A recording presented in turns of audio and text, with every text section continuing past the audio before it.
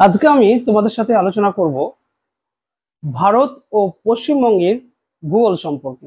প্রতিনিয়ত আমি একটি করে ভিডিও তৈরি করে তোমাদের সামনে উপস্থাপন করার চেষ্টা করব এই ভারত ও পশ্চিমবঙ্গের ভূগোল সম্পর্কিত টপিকগুলোকে নিয়ে।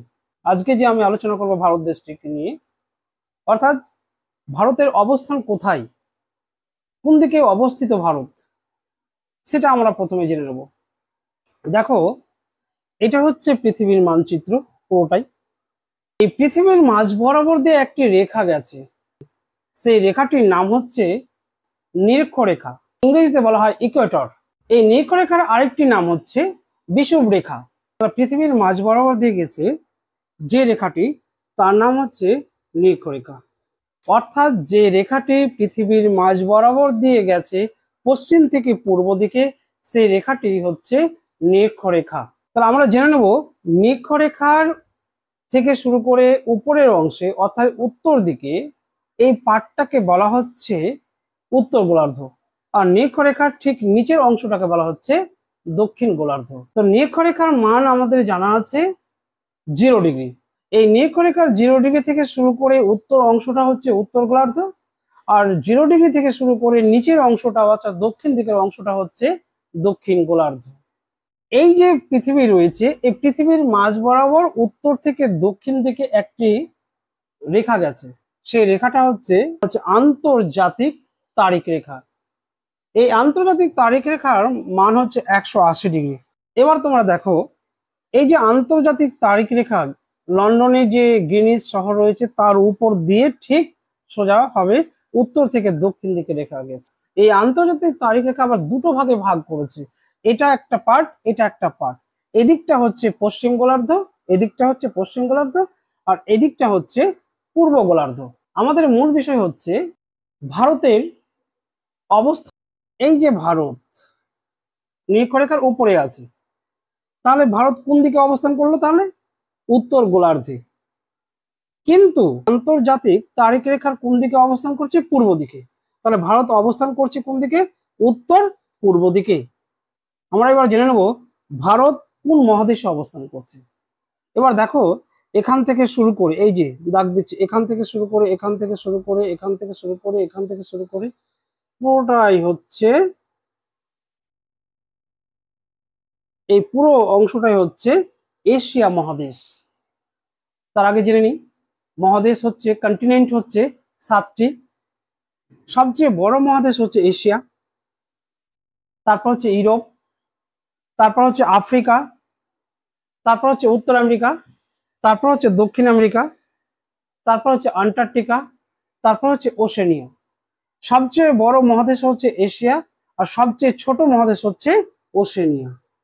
তাহলে ভারত অবস্থান করছে এশিয়া মহাদেশের মধ্যে, এবং এশিয়া পৃথিবীর মধ্যে সবচেয়ে বৃহত্তম মহাদেশ, largest continent in the world, Asia, তার মধ্যে অবস্থান করছে ভারত। তাহলে আমরা অবস্থানগত আমরা দেখি, তাহলে ভারত অবস্থান করছে নিরক্ষরেখা উত্তর পূর্ব দিকে, অর্থাৎ উত্তর পূর্ব গোলার্ধে ভারত অবস্থান করছে। আয়তনের নিরিখে ভারত বিশ্বের মধ্যে 7ম স্থান অধিকার করে আছে, আর জনসংখ্যার নিরিখে যদি বলা যায় চীনের পরে পরেই হচ্ছে ভারতের স্থান। চীনে এখন বর্তমান 150 কোটির ওপর জনসংখ্যা রয়েছে, আর ভারতে নিয়ার অ্যাবাউট 140 কোটি এখন বর্তমানে জনসংখ্যা বিরাজ করছে। এবার আমরা জেনে নেব ভারতের মোট আয়তন কত। দেখো, এই যে এখান থেকে শুরু করে, এখান থেকে শুরু করে, এখান থেকে শুরু করে, এই যে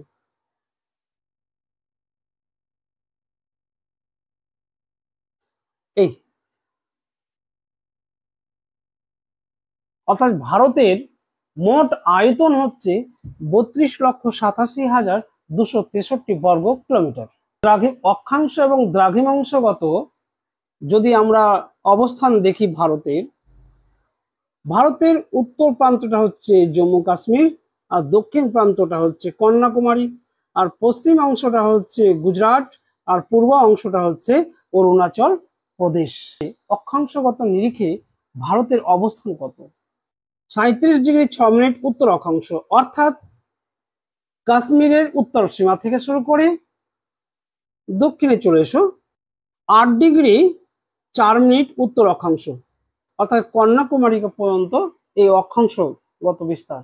দ্রাঘিমাংশগত যদি বিস্তার দেখি, আমরা দেখব 68°7' পূর্ব দ্রাঘিমা রেখা, অর্থাৎ গুজরাট থেকে শুরু করে অরুণাচল প্রদেশ 97°25' পূর্ব দ্রাঘিমাংশ, অর্থাৎ অরুণাচল প্রদেশ পর্যন্ত বিস্তৃত।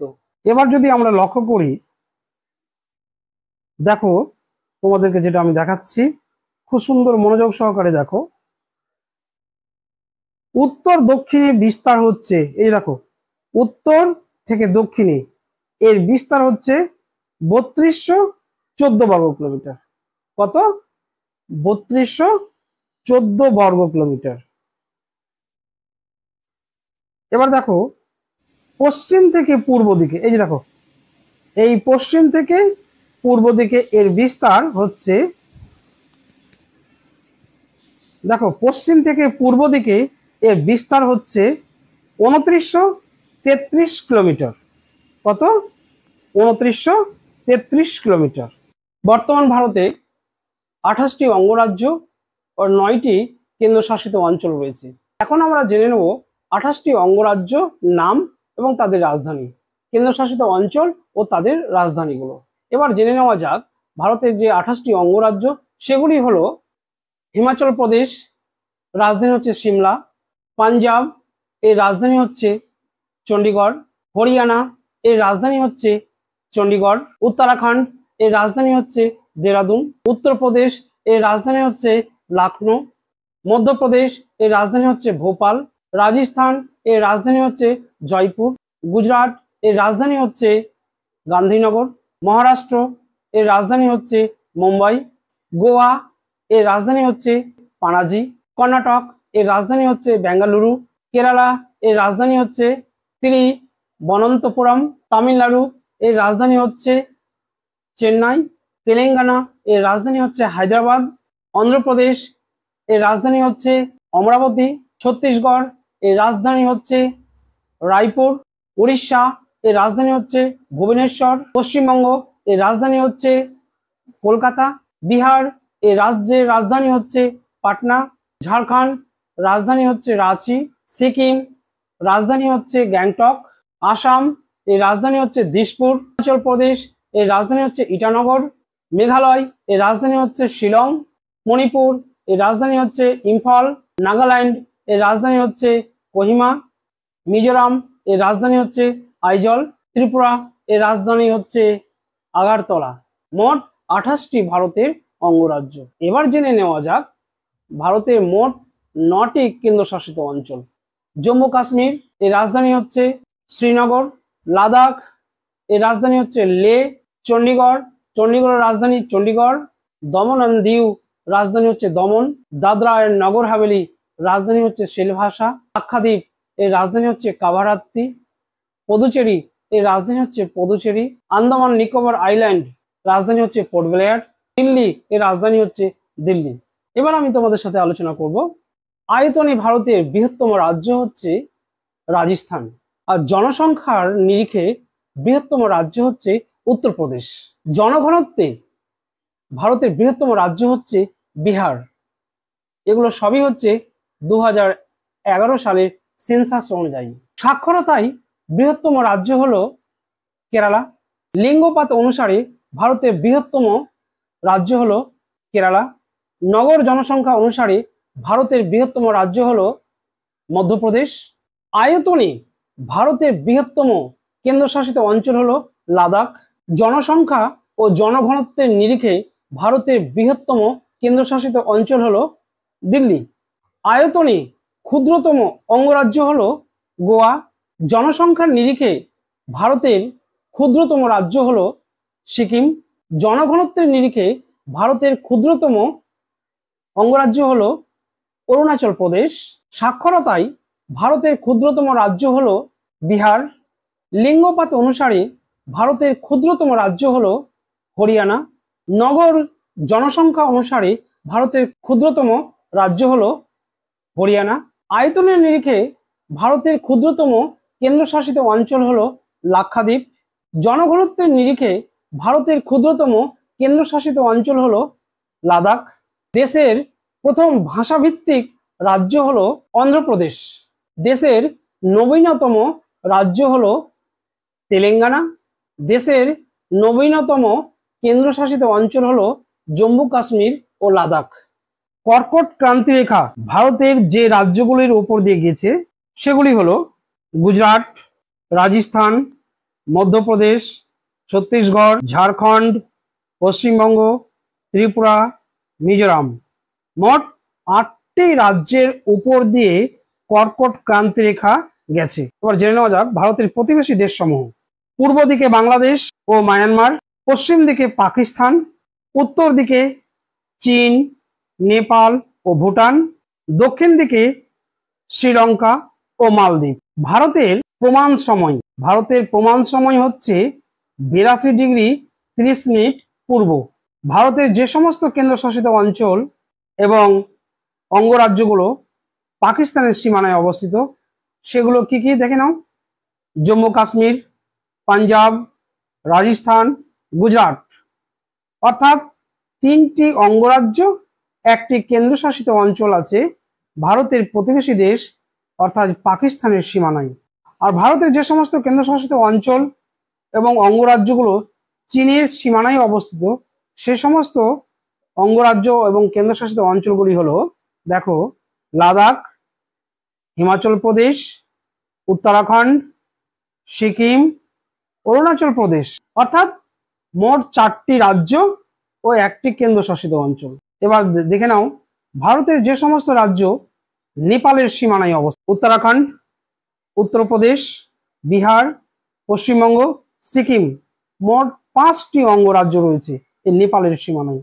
আর ভুটানের সীমানায় ভারতের যে সমস্ত রাজ্য ভুটানের সীমানায় অবস্থিত সেগুলি হলো সিকিম, পশ্চিমবঙ্গ, আসাম, অরুণাচল প্রদেশ।